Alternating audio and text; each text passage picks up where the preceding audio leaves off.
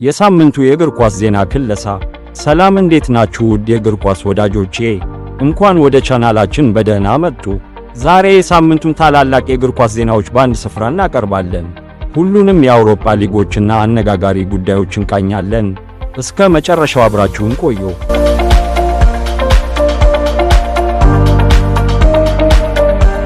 ሪያል ማድሪድ ድል አድርጓል። ሪያል ማድሪድ ከቤኔፊካ ጋር ያደረገውን የአውሮፓ ሻምፒየንስ ሊግ ጥሎ ማለፍ ጨዋታ 1-0 አሸንፏል። የሎስ ብላንኮቹን የማሸነፊያ ግብ ቪንሰስ ጁኒየር ከመረብ ማሳረፍ ችሏል። አሰልጣኝ ጆዜ ሞሪኖ ቀይ ካርድ መመልከታቸውን ተከትሎ በርናባው ላይ ቡድናቸውን የማይመሩ ይሆናል። በሌላ ጨዋታ ፒኤስጂ ከመመራት በመነሳት ሞናኮን 3-2 በሆነ ውጤት ማሸነፍ ችሏል። እንዲሁም ቦሩሲያ ዶርትመንድ አታላንታን 2-0 አሸንፏል። የመልስ ጨዋታዎች በሚቀጥለው ሳምንት የሚደረጉ ይሆናል። ሪያል ማድሪድ ቤኔፊካን ባሸነፈበት ጨዋታ ቪንሰስ ጁኒየር የዘረኝነት ጥቃት ደርሶብኛል በማለት ቅሬታ አቅርቦ ነበር። ቪንሰስ ጁኒየር የቤኔፊካው ተጫዋች ፕሬስቲያን የዘረኝነት ቃል ተናግሮኛል በማለት ለዳኛው ነገሩ ጨዋታውም ለተወሰነ ደቂቃ ተቋርጧል። ስለ ክስተቱ አስተያየቱን የሰጠው ፌዴ ቫልቬርዴ ፕሬስቲያን አፉን የሸፈነው አስቀያሚ ነገር ለመናገር መሆኑ ግልጽ ነው ብሏል። እሱ መናገር የሌለበትን ቃል ተናግሯል ያለው ቫልቬርዴ ካሜራን ማየት ደግሞ አይችልም ብሏል። ክስተቱን በጣም አሳዛኝ ሲል የገለጸው ቫልቬርዴ መጥፎ ነገር ነው፣ ነገር ግን በቡድኑና ቪንሰስ ኮርቻለሁ ሲል ተናግሯል።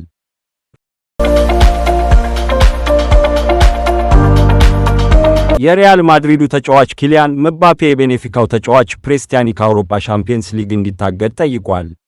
ቪንሰስ ጁኒየር ላይ የዘረኝነት ጥቃት መድረሱን ያረጋገጠው ምባፔ ውድድሩ ሕፃናት የሚከታተሉት ነው፣ የተፈጸመው አስነዋሪ ድርጊት ነው ብሏል።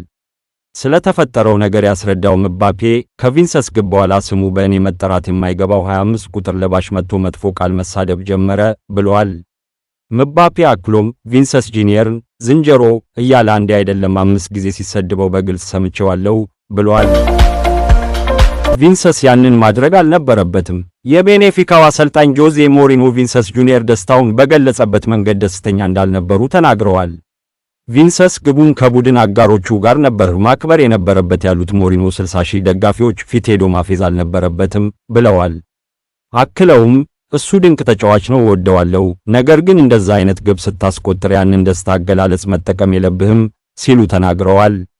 የቤኔፊካ ታሪካዊ ተጫዋች ዩሴቢዮ ጥቁር ነው፣ ስለዚህ የክለብ ዘረኛ አይደለም ጆዜ ሞሪኖ። የሊጉ መሪ አርሰናል ነጥብ ጥሏል። በፕሪሚየር ሊግ መርሃ ግብር የሊጉ መሪ አርሰናል ከወልቭስ ያደረገውን ጨዋታ 2-2 አጠናቋል። የመድፈኞቹን ግቦች ቡካዮ ሳካ እና ሄንካፔ ሲያስቆጥሩ ሁጎ ቡኖና ካላፊዮሪ በራሱ መረብ ላይ ወልቭስን አቻ አድርገዋል።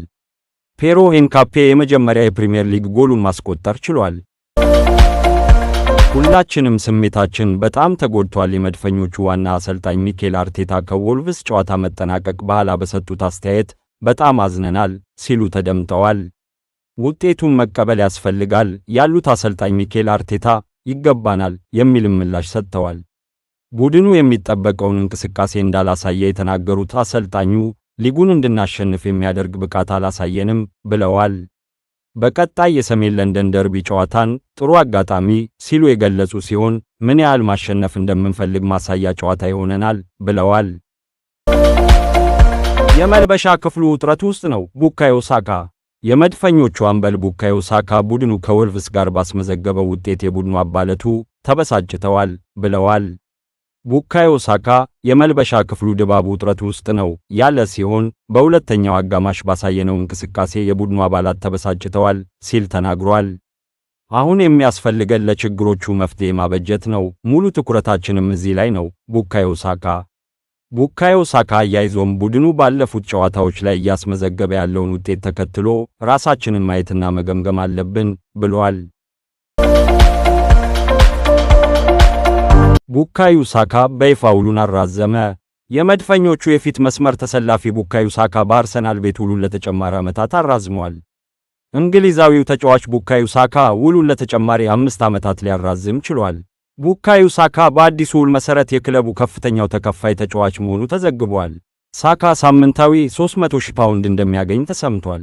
በአርሰናል ውሉን ያራዘመው ቡካዮ ሳካ በጣም ተደስቻለሁ ሲል ከፊርማው በኋላ አስተያየቱን ሰጥቷል።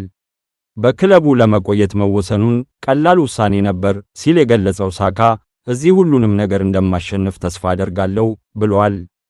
ቀጣይ ጥቂት ዓመታት ወሳኝ እንደሚሆኑ የገለጸው ሳካ ዋንጫዎችን እናሸንፋለን እንዲሁም በክለቡ ታሪክ እንሰራለን ሲል ገልጿል። ከፖርቹጋል የወጣሁት ሮናልዶን ተጠባባቂ ከማድረጌ ጋር በተያያዘ አይደለም። ፈርናንዶ ሳንቶስ የቀድሞ የፖርቹጋል ብሔራዊ ቡድን አሰልጣኝ ፈርናንዶ ሳንቶስ ከዓመታት በፊት ክርስቲያኖ ሮናልዶን ተጠባባቂ ስላደረጉበት አጋጣሚ ተናግሯል። አሰልጣኙ በኳታር ዓለም ዋንጫ ወቅት ክርስቲያኖ ሮናልዶን ተጠባባቂ ማድረጋቸው ሲያስተቻቸው ነበር። ስለ ክስተቱ ያስታወሱት አሰልጣኝ ፈርናንዶ ሳንቶስ ውሳኔው የጋርና ስትራቴጂካዊ ነበር ብለዋል። ሮናልዶንም አማክሬዋለሁ ያሉት አሰልጣኙ እሱ ባይስማማም እንኳን ውሳኔውን በአክብሮት ተቀብሏል ሲሉ ተናግረዋል። ስለ ስንብታቸው የተጠየቁት አሰልጣኙ ከብሔራዊ ቡድኑ ጋር የተለያየሁት በስምምነት ነው፣ በታክቲካል ውሳኔዎች ጋር የተያያዘ አይደለም ብለዋል። አክለውም ሮናልዶ የተለየና ተምሳሌት የሆነ ተጫዋች ነው፣ ሁልጊዜም እንደምለው እሱ የዓለም ምርጡ ተጫዋች ነው ብለዋል። ዲን ሁይሰን ጉዳት አጋጠመው። የሪያል ማድሪዱ የመሃል ተከላካይ ዲን ሁይሰን የጡንቻ ጉዳት እንዳጋጠመው ክለቡ በይፋ አስታውቋል። ይህንንም ተከትሎ ዲን ሁይሰን በጉዳት ምክንያት ከ5 እስከ 7 ቀናት ከሜዳ እንደሚርቅ ተገልጿል። ዲን ሁይሰን ሪያል ማድሪድ ነገ ከኦሳሱና የሚያደርገው ጨዋታ ያመልጠዋል። ተጫዋቹ ሪያል ማድሪድ ከቤኔፊካ በሚያደርገው የሻምፒየንስ ሊግ ጥሎ ማለፍ የመልስ ጨዋታ ሊመለስ እንደሚችል ተነግሯል። ስለተከታተላችሁንና ሰብስክራይብ በማድረግ ስለምትከታተሉን ከልብ እናመሰግናለን። ኢዮብ ነበርኩ ከአሻም ቲዩብ። ቸር ቆዩልን።